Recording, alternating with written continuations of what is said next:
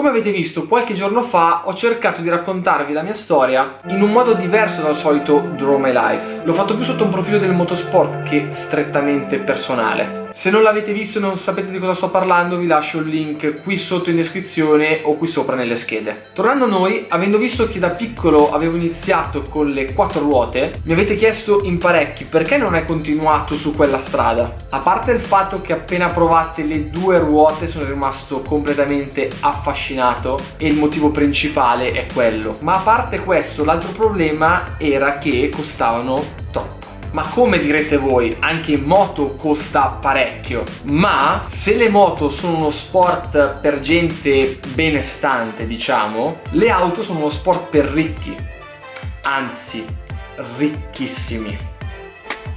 Essendo stato per qualche tempo all'interno del team di mio padre, ma anche nell'ambiente per il discorso dei kart che sapete, posso darvi dei dati e dei costi precisi e oggettivi. Quindi facciamo l'esempio di essere dei ragazzi appassionati, abbastanza forti, che hanno visto durante dei track day di avere del manico e che quindi vogliono iniziare la scalata per arrivare alla Formula 1. Facciamo 2 conti e vediamo quanto ci costa.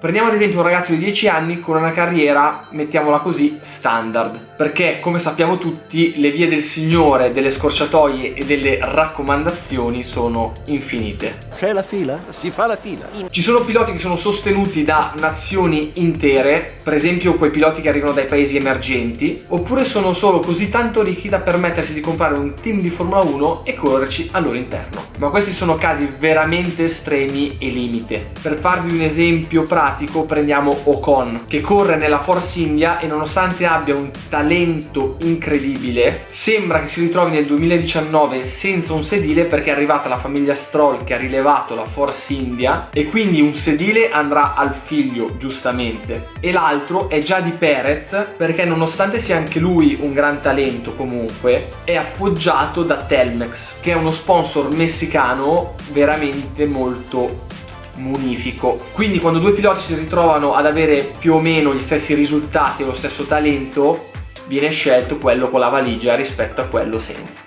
Quindi torniamo a noi, analizziamo come potrebbe essere una carriera standard nel mondo delle 4 ruote. A 10 anni dobbiamo scegliere dove iniziare e di solito la scelta ricade sui kart, ovviamente. Quando ero piccolo io era tutto un pelo più semplice, invece adesso ci sono 1 miliardo di campionati, ma diciamo che il più importante è il VSK, l'unico che ti permette veramente di essere un pelo in vetrina e di dimostrare il tuo talento, anche se poi non serve assolutamente a niente perché più si va avanti e più si paga. Questo campionato, che possiamo chiamarlo il mondiale dei go-kart,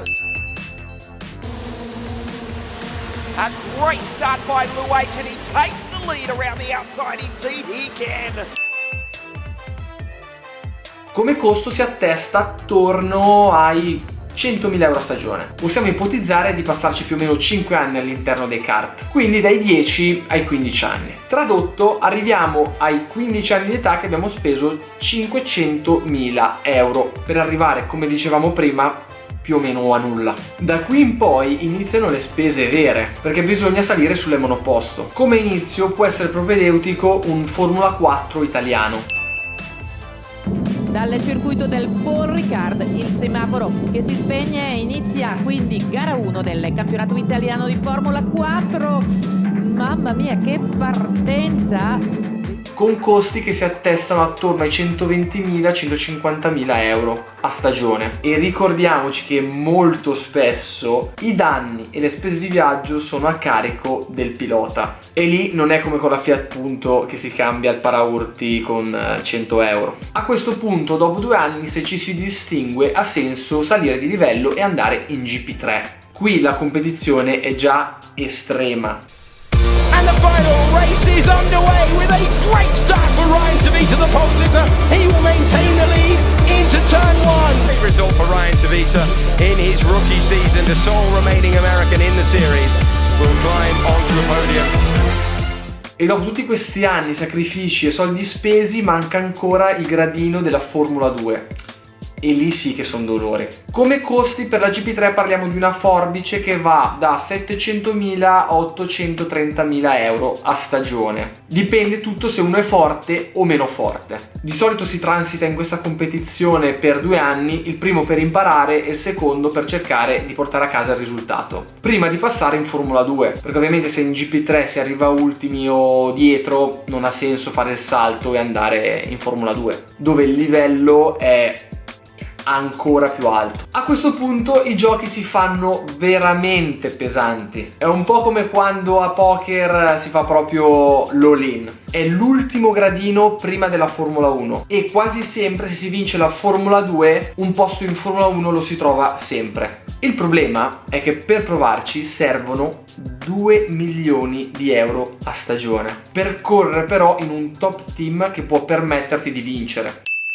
Out of the way of the Russian time driver, Markelov looking for an improvement. Great sectors across the board. Fastest man of anyone in the first one, personal best in the second, and an ordinary final sector means no improvement for him. He stays second. Albon, Markelov, Gunther, Fuoco now up. Quindi, ricapitolando la lista della spesa, abbiamo già sganciato 500.000 euro per i 5 anni in kart, 250.000 euro per i 2 anni in Formula 4 italiana, 1,5 milioni per i 2 anni di GP3 e 4 milioni per 2 anni in Formula 2. E c'è gente che ci sta anche 3 o 4 anni in Formula 2. E ho detto tutto. Totale siamo a 6.250.000 euro.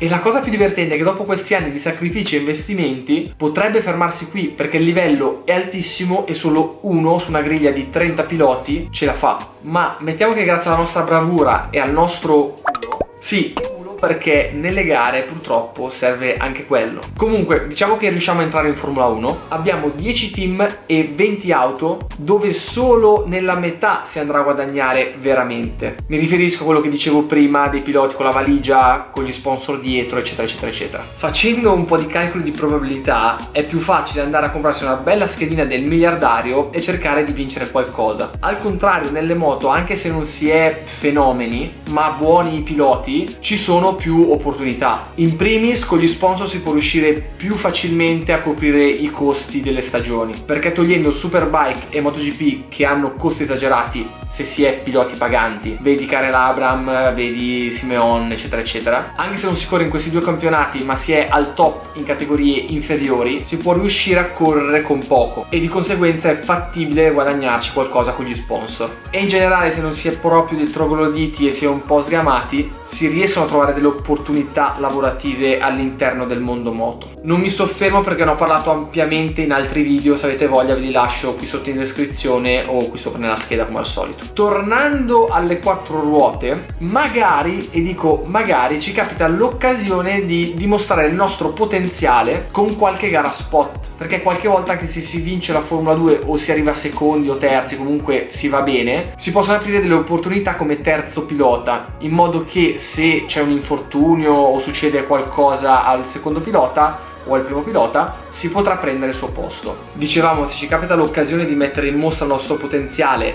ma a causa dell'inesperienza, della tensione e tutto cicchiamo in pieno e veniamo scartati subito, come è successo nel 2017 allo sfortunato Giovinazzi. That corner as well. I remember I had an off there in GP2 in must have been 2007 in a similar way, and as soon as you turn in, the back end starts to step out of line. There's no way you can catch it because the wind... A questo punto dobbiamo prendere e cercare fortuna in qualche altro campionato un po' più di basso livello. Molto spesso si vira o nel DTM o nei campionati GT a ruote coperte. Per farvi capire, per chi non è molto esperto, macchine stradali da pista tipo Lamborghini Huracan, 488 GTB eccetera eccetera. It's better to stop clear a line than run on and maybe end up doing more damage to the car than would be necessary. Well, we know the Albert, the Fry team with Albert Costa at the wheel really need as much testing time. In questi campionati i piloti più pagati si attestano attorno ai 400-500 mila euro. E dopo aver speso tutti i soldi che abbiamo detto prima per arrivare o cercare di arrivare in Formula 1, capite che non è un gran affare.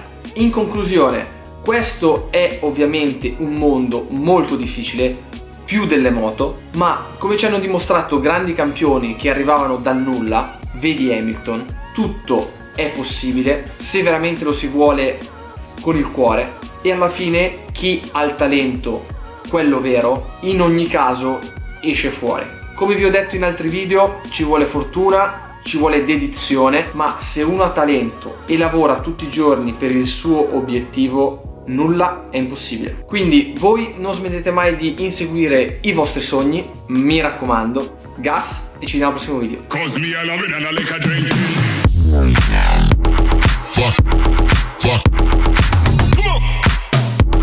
Fuck.